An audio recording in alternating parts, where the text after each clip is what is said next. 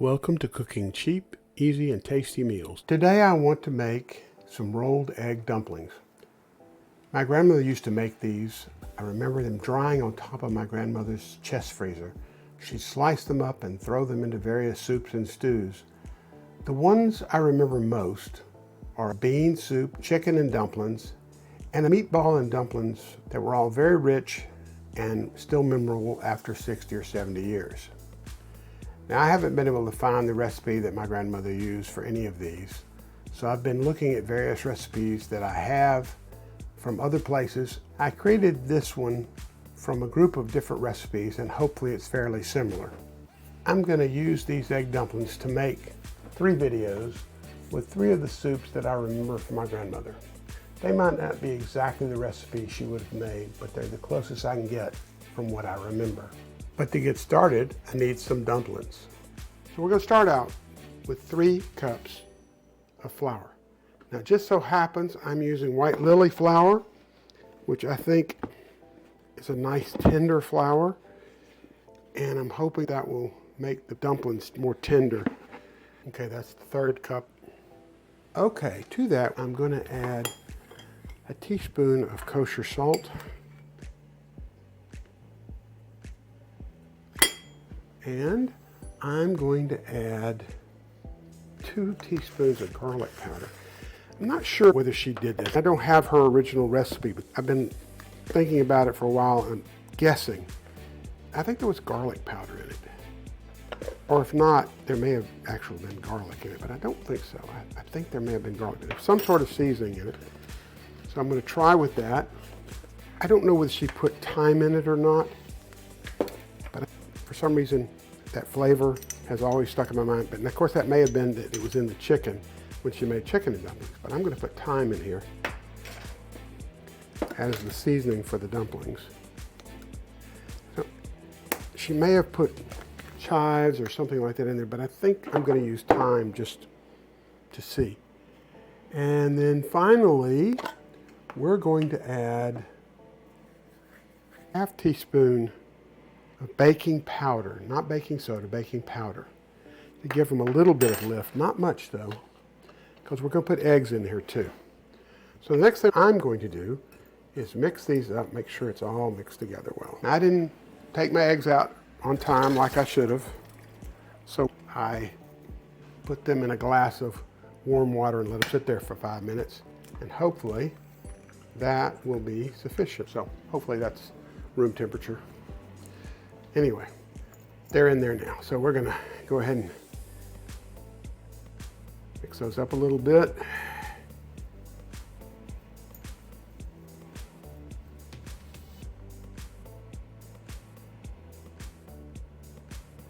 And then we're going to add 3/4 cup of water, to which I'm going to add ½ a cup of extra virgin olive oil.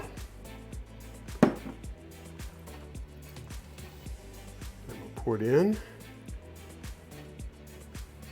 Now, truthfully, I am almost positive my grandmother would use lard, but I'm just not quite ready to use lard. I've really never cooked with lard, so I just can't quite bring myself to do that. I may have to. I usually use butter, but this didn't seem like a butter recipe. Although I may have to try this with butter someday. Now the idea is to get everything moistened. Get the flour, just like any dough or batter, you want to get the flour incorporated. Now, I'm not sure this isn't working as great as I would like. This whisk is really good for doing bread. It doesn't usually get all messed up, but it's not working real well for this.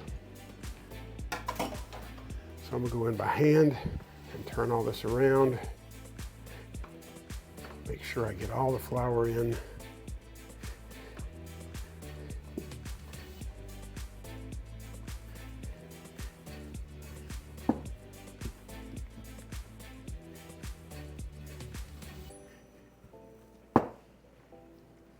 Not sure. So that looks pretty good. Pretty much got all the flour in. Let's get it off my fingers. And then we're going to go to the next step. Now for our next step, I put a little flour on the surface. I spread it around. And I'm going to turn this out into it. It looks pretty good. I'm going to take this and roll it around in here and get it covered with flour and make a ball. Make sure it's covered really well. It's nice and moist. It smells really good too. Now, next step, I'm going to cut it into some smaller pieces to work with. I think I'll cut it into 4 pieces. Not perfectly even by any means, but that's at least a start. I'm going to roll this out to about 1/8 of an inch thickness. I've got this fancy rolling pin that lets you set thickness, and then it gets to that thickness pretty easily.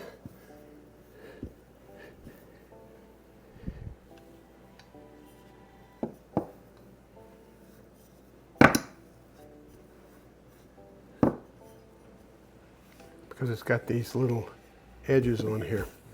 Now, I'm going to put some flour on here and make sure I'm there.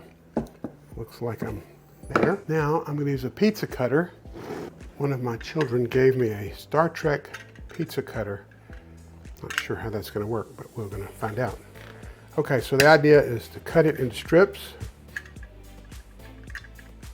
about whatever the width you want.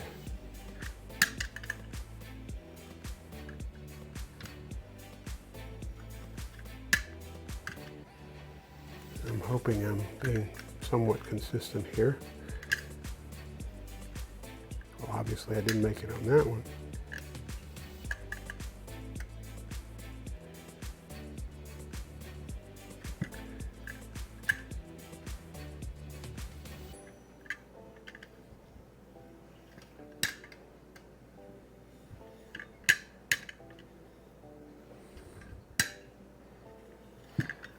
Okay, and then what I'm going to do,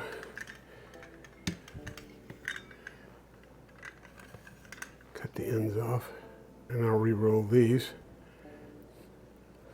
But now, those are approximately the same. I'm going to lay them on a plate that I've dusted with a little flour.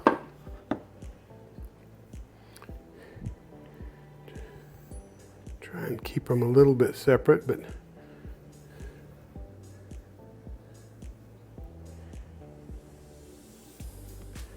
we'll see how this goes.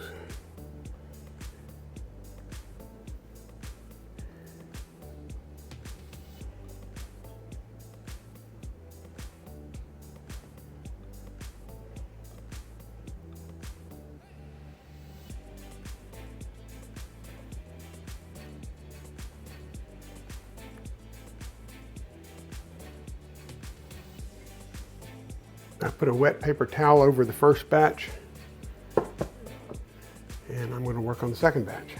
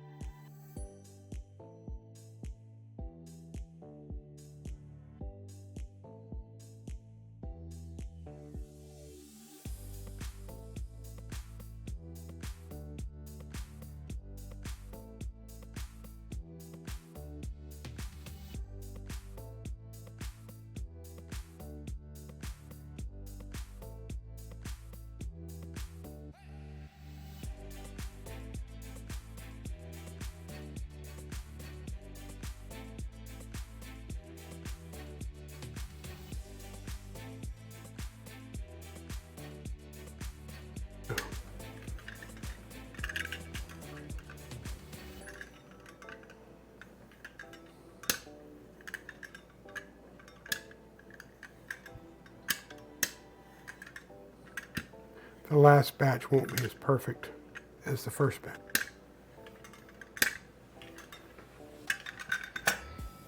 Okay. Just be longer than the others. Some of them. Nope, we're going to cut those too. That won't be good enough.